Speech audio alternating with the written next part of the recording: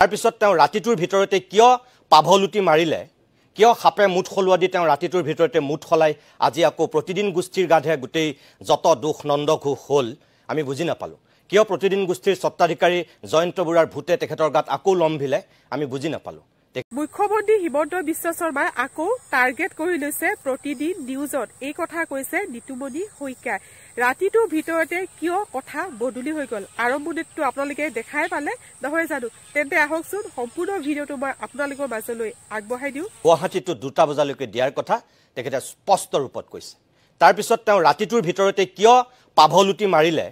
কিয় খাপে মুঠ খলুৱা দি তেওঁ ৰাতিটোৰ ভিতৰতে মুঠ খলাই আজি আকৌ প্ৰতিদিন গোষ্ঠীৰ গাধে গোটেই যত দুখ নন্দ ঘোষ হল আমি বুজি নাপালো কিয় প্ৰতিদিন গোষ্ঠীৰ সত্তাধিকাৰী জয়ন্ত বুঢ়াৰ ভূতে তেখেতৰ গাত আকৌ লম্ভিলে আমি বুজি নাপালো তেখেতে এয়া নিজেই কৈছিল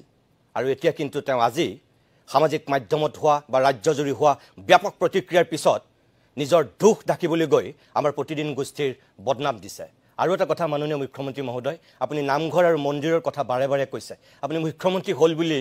এটো কথা পাহৰি গৈছে সাগে নামঘৰ কেতিয়াও চৰকাৰে নিয়ন্ত্ৰণ নকৰে কেতিয়া তাত চাকি বন্তি জ্বলাব কেতিয়া খুলিব অন্তত সেয়া এতিয়া এটো পৰ্যায়লৈকে অসমখন যোৱা নাই যে চৰকাৰৰ অনুমতি লাগে নামঘৰ কেটা বজালৈকে খুলিব এটো অসমৰ ইতিহাসত সাগে প্ৰথম গৰাকী মুখ্যমন্ত্ৰী আপুনি নামঘৰ কেটা বজাত খুলিব লাগিব চৰকাৰৰ অনুমতি লোৱাৰ কথা কৈছে মন্দিৰো ৰাইজে খুলে ভক্তই খুলে নামঘৰো গাঁৱৰ গয়াই খুলে গাঁৱৰ বৈষ্ণৱে খুলে দবা নামঘৰীয়াই বজায় তেল সেই নামঘৰীয়াই ঢালি বন্তি জ্বলায় চৰকাৰে কোনো মানুহ নিদিয়ে কোনো চৰকাৰৰ তাত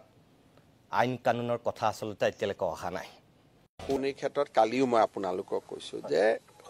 এই নিৰ্দেশটো সুৰাৰ ক্ষেত্ৰত প্ৰযোজ্য নহয় ঠিক আছে কিন্তু গুৱাহাটীত ৰেষ্ট্ৰ বাৰখিনি এটা ডিমান্ড কৰি আছে যে আমাৰ 12টা বজাত দোকানখন আমি বন্ধ কৰিব লাগে কিন্তু 12:30 বাজিলে আহি আমাৰ ওপৰত অত্যাচাৰ পুলিচ বা এক্সাইজে অত্যাচাৰ আৰম্ভ কৰে গতিকে আমাক 2টা বজালৈকে চলাব দিয়ক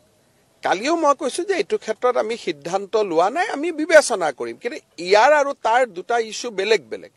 24 ঘণ্টা দোকান খোলাৰ লগত সুৰাটো আপোনালোকে লিংক কৰি দিলে যোৱা কালি হেতুটো মইও বুজি নাপালো দুটা সম্পূৰ্ণ বেলেগ ইস্যু মই কৈছো যে গুৱাহাটীত কিছু এটা দাবী আছে যে 12টাৰ পৰা 2টা কৰি দিব পাৰি নেকি তাকো যিখিনিয়ে ভাত তাত খাই মানে ৰেষ্টুৰেণ্টটো 12 তাৰ লগত যেনেকে চান্স পায় প্ৰতিদিনে খুদলি দিলে যে একদম সুৰাৰহে দিয়া হৈছে এনেকুৱা কৰিব নাপায় দুখীয়া মানুহৰ কাৰণে আমি কিবা এটা ভাল কাম কৰিছো আপোনালোকে এনেকুৱা প্ৰশ্ন সুধিব নাপায় এই যে মানসিকতাটো মইতো কৈছো যে অসমৰ পৰিৱৰ্তন হলে মানসিকতাৰ পৰিৱৰ্তন হ'ব লাগিব মই কৈছো 24 ঘণ্টা দোকান খোলা ৰাখিব আপোনালোকে কোৱা নাই মন্দিৰ খোলা ৰাখিব নেকি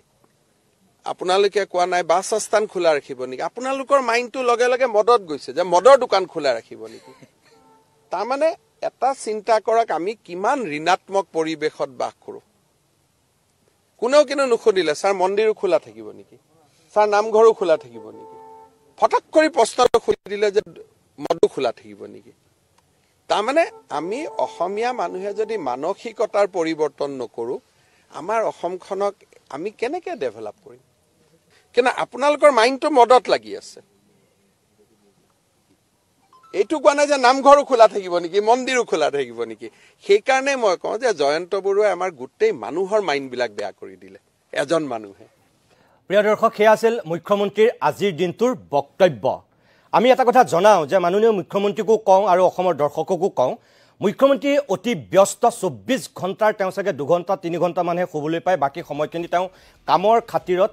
অসমৰ উন্নতি প্ৰগতিৰ স্বাৰ্থত তেওঁ শুবলৈ সময় নাপায় গতিকে তেওঁ কথা পাহৰিছে তেওঁ পহৰাটো স্বাভাৱিক তেওঁ যিখিনি কথা কৈছে যে প্ৰতিদিনেহে খুদুলি দিলে আমি লিংক কৰি দিলো এতিয়া মই আপোনালোকক দেখাব বিচাৰো আৰু মাননীয় মুখ্যমন্ত্ৰীকো দেখাব বিচাৰো আসলতে আপুনি কালিৰ দিনটোত কি কৈছিল আপুনি নিজেই যিখিনি বক্তব্য ৰাখিছিল হয়তো আপুনি নিজে ৰাতিটোৰ ভিতৰত পাহৰি গল আৰু পাহৰাটো স্বাভাৱিক আপোনাৰ কামৰ হেঁচা পৰিছে প্ৰেছাৰ হৈছে অত্যন্ত আৰু আহি আছে 26 গতিকে আপুনি নিৰ্বাচনৰ স্বাৰ্থটো আপুনি বহুতখিনি এটা কষ্ট কৰিবলগীয়া হৈছে স্বাভাৱিকতে আপুনি পাহৰিছে গতিকে এবাৰ আমি দৰ্শককো দেখুৱাম আৰু মাননীয় মুখ্যমন্ত্ৰী হিমন্ত বিশ্ব শৰ্মাকো আমি দেখুৱাই দিব বিচাৰো আসলতে আপুনি কালি কি কৈছিল এবাৰ চাওক দোকানেতো ৱাইন শ্বপো হয়, কিন্তু ৱাইন শ্বপখিনি আমি পুৰা 24 ঘণ্টা খুলিব নিদিওঁ। ৱাইন শ্বপখিনি অলপ আগতীয়াকৈ বন্ধ কৰি দিওঁ। ৱাইন শ্বপখিনি 2টামান বজালৈকে, এতিয়া 12টালৈকে চলে, তেওঁলোকক পুৰা গোটেই ৰাতি নিদিওঁ, তেওঁলোকক অলপ কমাই দিম। চক নহ'লে এমপ্লয়মেণ্ট নহ'ব, সেইকাৰণে। কিন্তু ৱাইন শ্বপখিনি গোটেই ৰাতি দিলে অলপ বেয়া হ'ব, সেইকাৰণে সেইটো এতিয়া ৱাইন শ্বপখিনি 12টাত হয়, গুৱাহাটীত 2টালৈকে কৰি দিম, বাকী জেগাত 12টাই থাকিব। বাকী ডিব্ৰুগড়, শিলচৰ আদিত ৱাইন শ্বপটো বঢ়াই নিদিওঁ, কষ্ট হ'ব। কিন্তু গুৱাহাটীততো